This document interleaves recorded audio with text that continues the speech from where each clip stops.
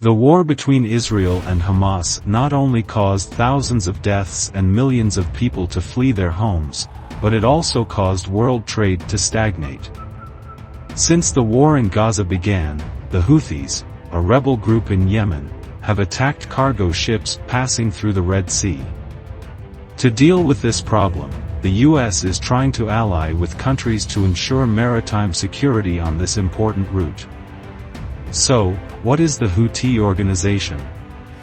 Why is this organization participating in the war in the Gaza Strip and daring to attack ships in the Red Sea? In today's video, let's join the East Stories, West Stories channel to learn about this organization. Geographically, Yemen can divide it into four main regions: the coastal plains, the mountains in the west, the highlands, and the desert in the east. Due to the influence of the Arabian Desert, although the highlands are larger, they are sparsely populated. Meanwhile, the western mountainous region has higher altitudes and much heavier rainfall, so the population in this area is also the largest in Yemen. Besides, the coastal plain with large ports is also where many people live. The most populous city in Yemen is the capital, Sana'a, which is located in the center of the western mountainous region. The second largest city is the port city of Aden, which is located about 170 kilometers east of the Bab el-Mandeb Strait, which connects the Red Sea to the Gulf of Aden.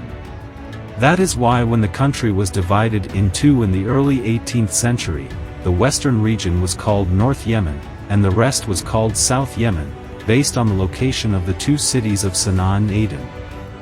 Not only that, geography also makes this country divided by religion, even though most of the population speaks Arabic. The hilly area is inhabited by the Zaydi people, a branch of Shia Islam, while the rest of the country is Sunni Muslim. From the mountainous area in the north of the country, the Houthi movement was born in Sada province. However, to understand this movement clearly, we need to go back to history, since the Zaydi people took power in Yemen.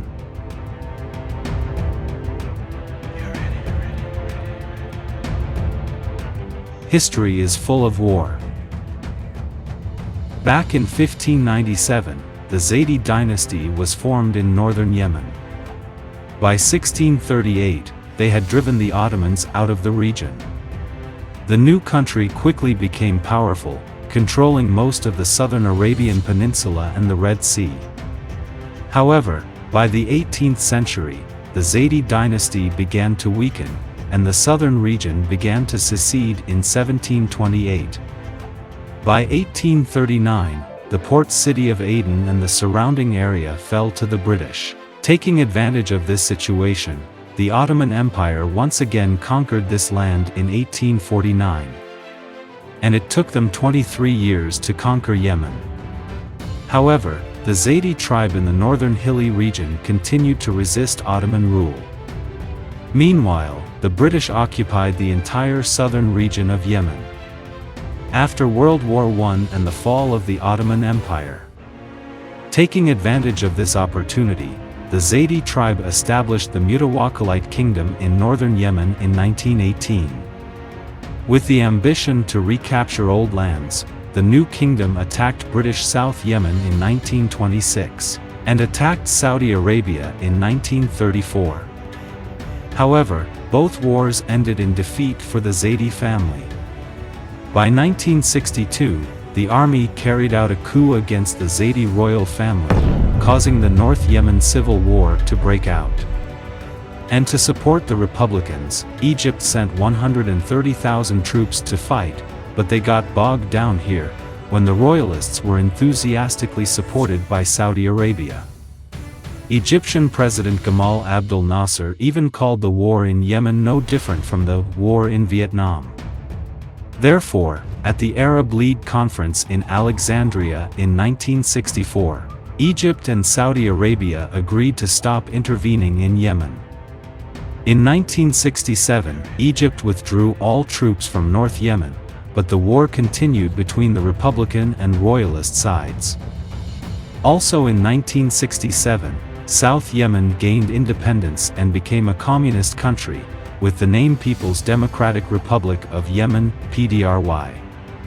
Immediately, the Saudi royal family feared the wave of communist revolution sweeping into the Middle East. That's why in 1970, the House of Saud turned to support the Republicans. This made the Zaidi family lose all hope, as their most important ally turned away. As a result, the Yemen Arab Republic was established in 1970. Just 2 years later, in 1972, the northern faction launched the war, which lasted for 23 days and left more than 1,000 people dead. In 1979, South Yemen attacked North Yemen, and this time the fighting was much more intense.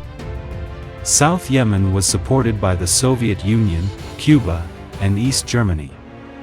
Meanwhile, North Yemen was supported by the United States, Saudi Arabia, Egypt, and Taiwan, which sent 80 pilots to fight.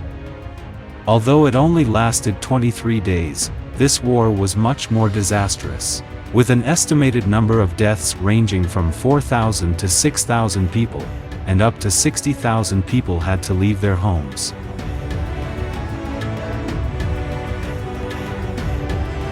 Unity and division. By 1986, the Soviet Union was in crisis, so aid to its allies was also cut. South Yemen's economy fell into recession, and civil war broke out. Although it only lasted for 11 days, this war forced the government to reform.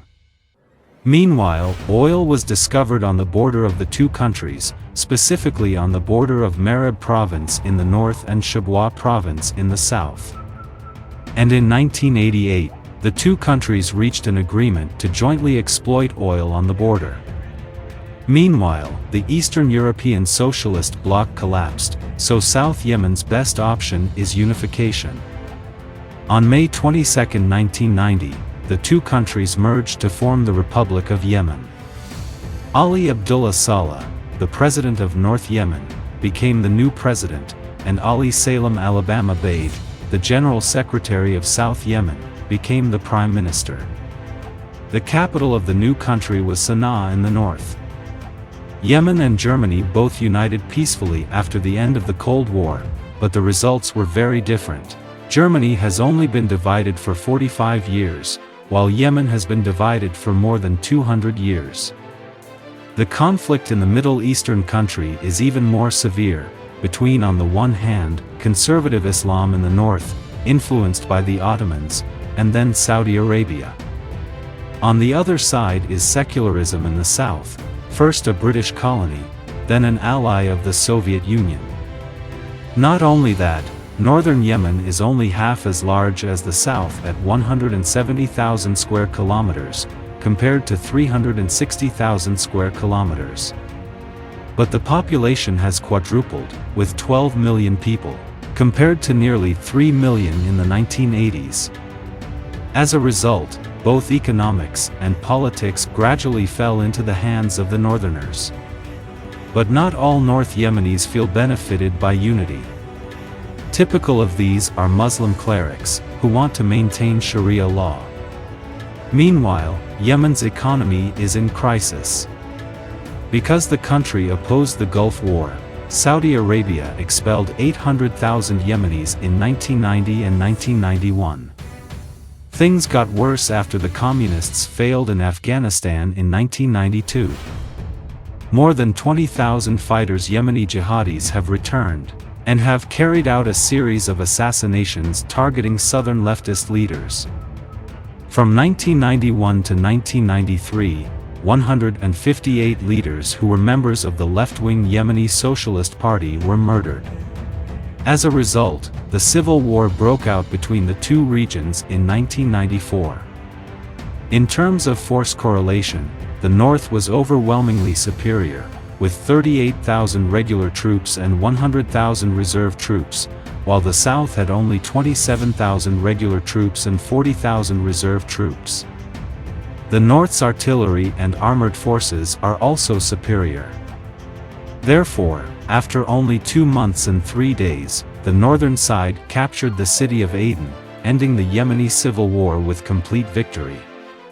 After the war, the North claimed 931 dead and 5,000 wounded, while the South suffered much heavier damage, with at least 6,000 soldiers and 513 civilians killed.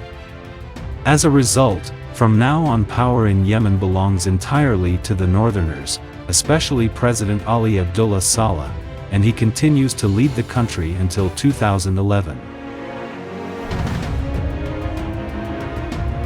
The birth of Houthi. To discuss this movement, we need to talk about its founder, Hussein al-Houthi. His father, Bedreddin, was a famous Zaydi cleric. When Yemen was unified in 1990, the Houthi family was not happy. Not only was the role of Sharia law reduced, but the influence of Saudi Arabia was increasing, as they actively promoted Sunni Islam, while Zaydi is a branch of Shia Islam. And to combat this, Hussein helped establish pious youth summer schools in Sada. By 2003, after the Iraq War broke out, Hussein also spread anti-American and anti-Semitic propaganda. But that also made President Ali Abdullah Saleh fear the growing influence of the Houthis, and suppressed the movement. By 2004, Hussein led an uprising. Although he was soon killed, the war continued with the leader Abdul Malik al-Houthi, Hussein's younger brother. In this war, Saudi Arabia actively participated with the Yemeni army, but they suffered heavy defeat. As a result, a ceasefire agreement was signed in 2010. By 2011, the Arab Spring wave began to sweep through Yemen, causing President Ali Abdullah Saleh to resign, and giving his seat to Mr. Abdrabbuh Mansour Hadi of the family Houthi clan. The Houthi movement once again rose under the name Ansar Allah, meaning supporters of God, and this time they had the help of their old enemy Saleh, along with the support of Iran. Therefore, from their hometown of Sada, the Houthis quickly expanded their control area, and by January 2015, they captured the capital Sana'a. This caused Saudi Arabia to immediately form an alliance with Bahrain, Qatar, Kuwait, UAE, Egypt, Jordan, Morocco, and Sudan to airstrikes on Yemen. This alliance receives help from the US in planning, logistics, and intelligence support. Faced with the power of the coalition, Saleh turned around and sought the support of the UAE. But as a result, at the end of 2017, he was destroyed by the Houthis. In this battle, despite overwhelming air power, a troop strength of up to 160,000 people, including 150,000 Saudi Arabian troops, and many modern weapons, the coalition still faced many difficulties when attacking the mountainous region in western Yemen, and still could not defeat the Houthi forces, even though their stronghold of Sada is only 40 kilometers from the border with Saudi Arabia. The Houthis have even counterattacked Saudi Arabia many times, of which the most valuable target is the giant oil depots, and the most serious is the Abqaiq, Curry's attack on September 14, 2019. Forced Saudi Arabia to cut its oil production from 9.8 million barrels to about 4.1 million barrels of oil per day, which is a loss of 5.7 million barrels of oil per day, about 5% of oil production. Globally, causing world oil prices to skyrocket. For example, Brent crude oil futures increased by nearly 20%, the largest increase since 1990.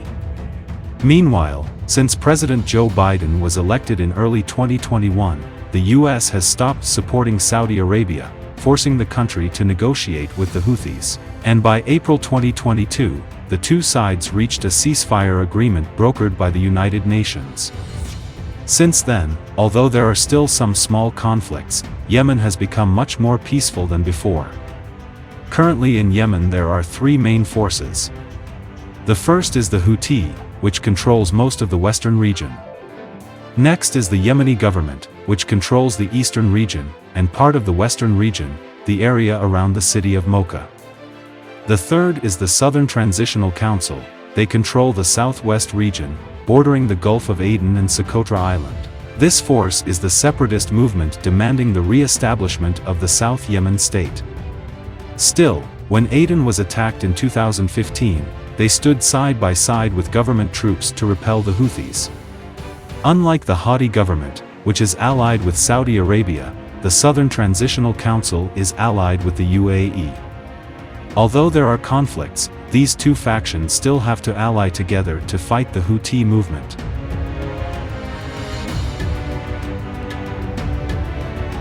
Houthis attack ships in the Red Sea. While the situation in Yemen has temporarily calmed down, the Middle East region is still a pan of fire for the world. On October 7, 2023, Hamas launched a large-scale attack on Israel, and since then the conflict has escalated, with thousands dead and millions displaced. On November 19, 2023, the world was shocked when Houthi forces seized a cargo ship called the Galaxy Leader, a ship owned by an Israeli businessman but operated by a Japanese company. They attacked the ship while it was en route from Turkey to India, in response to the actions Israel had taken in the Gaza Strip. After that, Houthi rebels also attacked many ships passing through the Bab el-Mandeb Strait, a narrow passage leading into the Red Sea and leading to the Suez Canal in the north. This is where up to 30% of global container ship traffic passes through. Of these, about 12% of the world's oil is transported by sea, and 8% of the world's liquefied natural gas passes through the Bab el-Mandeb Strait, mainly heading for Europe. In addition, other commodities such as grains, palm oil, and industrial goods were also affected by the attacks. That's why many companies have to send ships around the Cape of Good Hope in southern Africa, extending the journey by about 9 days and increasing costs by at least 15%. This has caused many products to increase in price rapidly in recent times. Since its establishment, the Houthi rebels have always called for the destruction of the United States and Israel, which is why when conflicts broke out, this group repeatedly launched missiles and unmanned aerial vehicles toward Israeli territory. However, with a large geographical distance, the group's attacks are easily intercepted by U.S. ships in the Red Sea and Israeli air defenses, because the two countries possess modern defense networks that are difficult to penetrate. But attacking ships passing through the Red Sea is much easier. Because cargo ships are not equipped with defensive weapons, and U.S. warships cannot always react in time to prevent Houthi attacks, disrupting trade in the world's busiest shipping lane, giving the group more weight than just targeting Israel. Besides support for Hamas, these attacks also have the purpose of putting pressure on Houthis' rival, Saudi Arabia, when the two sides are negotiating about the possibility of establishing a long-term ceasefire. Tensions in the Red Sea and disruptions to oil trade have hurt most regional economies, of which Saudi Arabia is the largest. In addition, attacks on ships linked to Israel also help improve the group's position in the Arab world, where most people support the Palestinians. That's about foreign affairs, but about domestic affairs, the Houthi raid on cargo ships in the Red Sea is to increase domestic support.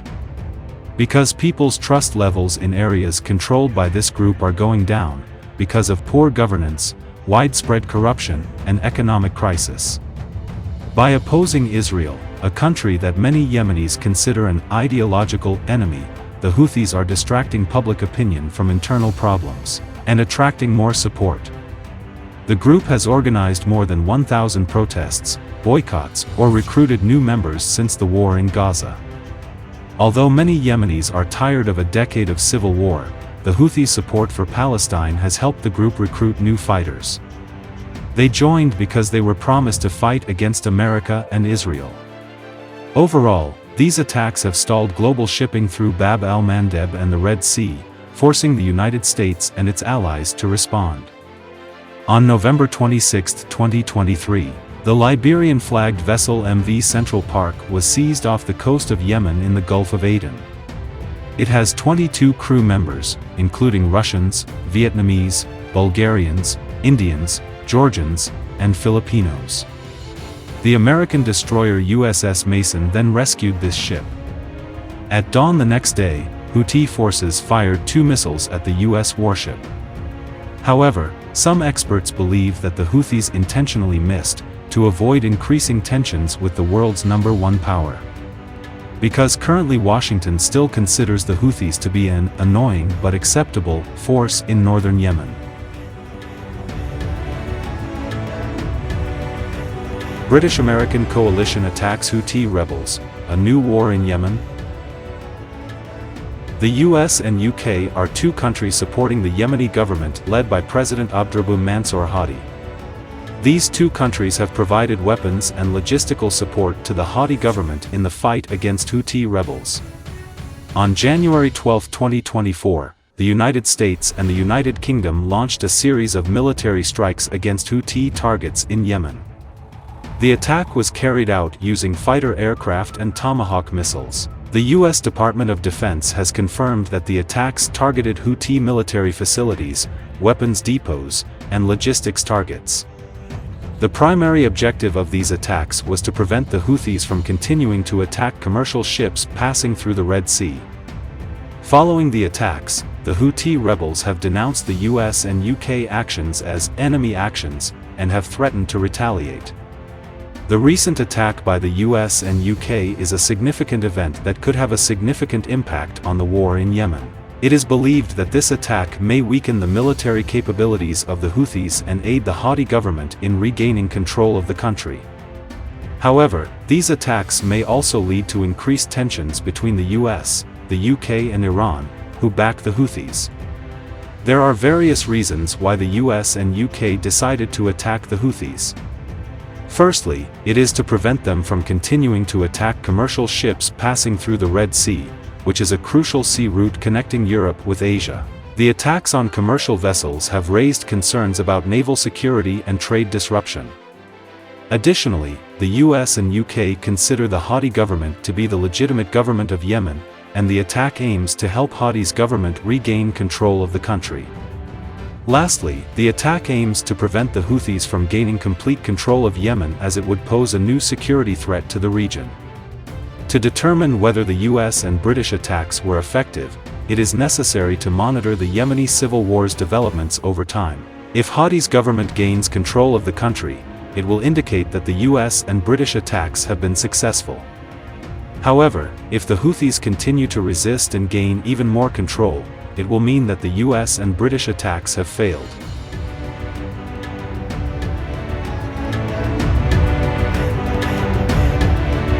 And above is the reason why Houthis dare to attack ships in the Red Sea. If you want us to cover any topic next, please leave a comment below this video. Hello and see you again in the next videos.